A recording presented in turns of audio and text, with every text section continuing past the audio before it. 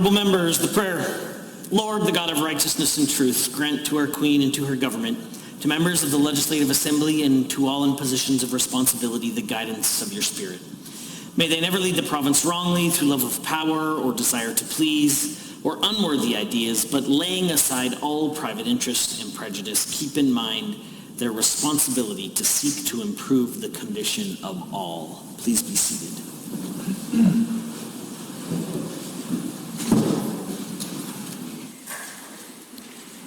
Introduction of visitors. Introduction of guests. Honourable members, joining us today in the galleries are guests of the Minister of Labour and Immigration, from the Association of Professional Engineers and Geoscientists of Alberta. Please rise and receive the warm welcome of the Assembly.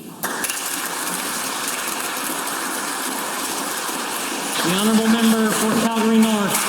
Thank you, Mr. Speaker. I am so proud to stand and recognize APEGA, the Association of Professional Engineers and Geoscientists of Alberta, on its 100th anniversary. The efforts of APEGA members have been critical to Alberta's growth, development and well-being since 1920. As they mark 100 years as a professional organization, APEGA members can take great pride in the work that has contributed to Alberta's prosperity.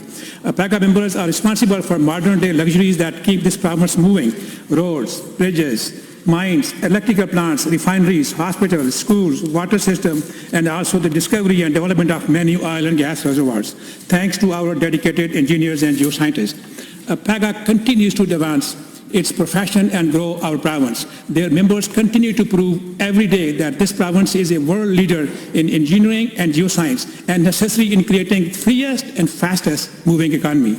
As a professional engineer and member of APEGA since 1985, I am so proud to be part of an association that is committed to building a safe and resilient Alberta.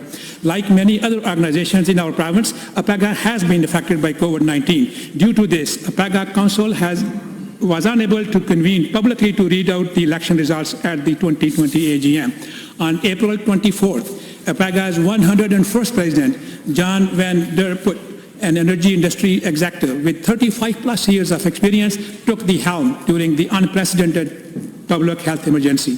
I congratulate and wish you the best during your term as President.